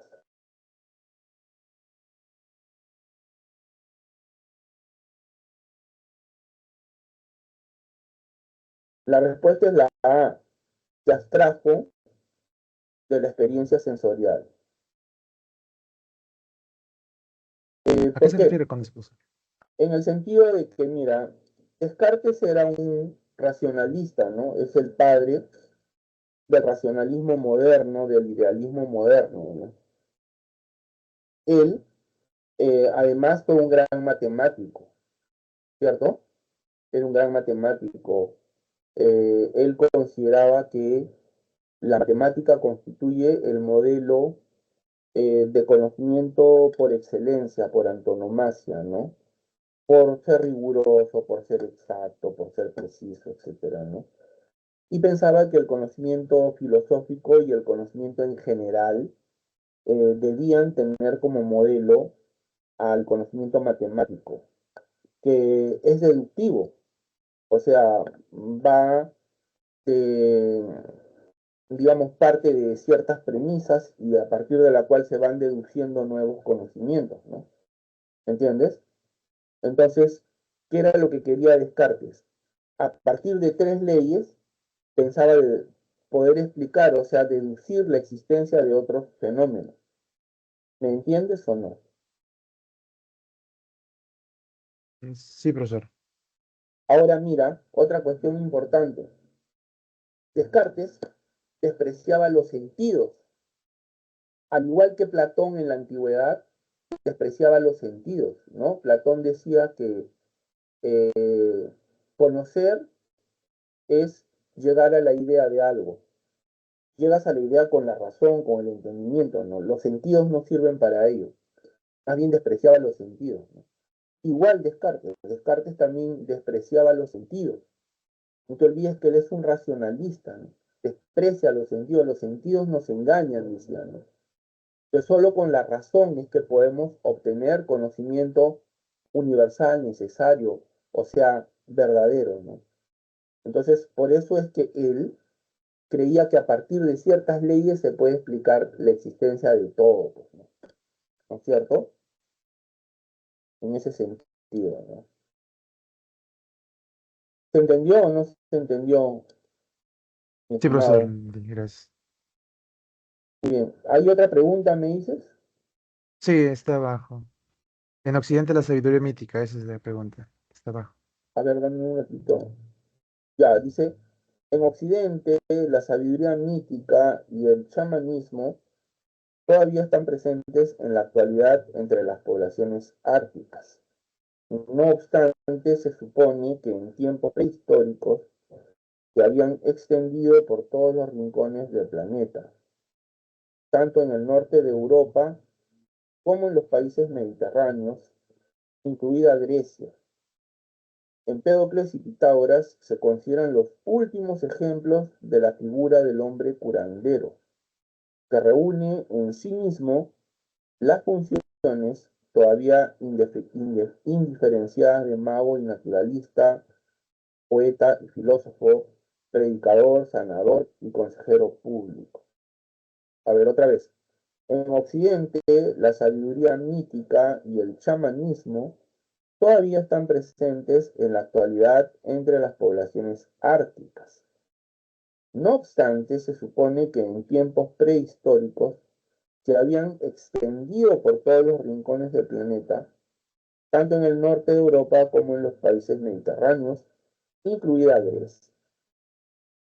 Empédocles y Pitágoras se consideran los últimos ejemplos de la figura del hombre curandero que reúne en sí mismo las funciones todavía indiferenciadas de mago y naturalista, poeta y filósofo, predicador, sanador y consejero público.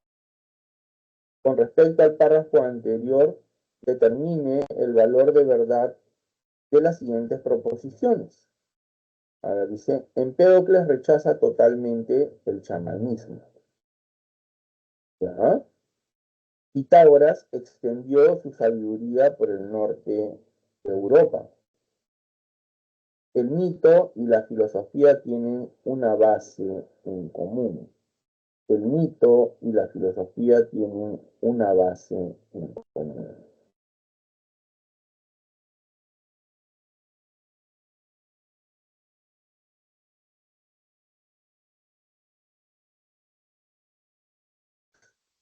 Ya, me parece que, a ver, Empédocles rechaza totalmente el chamanismo, no, porque él mismo era todavía un chamán, ¿no? ¿No es cierto? A ver, Pitágoras extendió su sabiduría por el norte de Europa. Mm,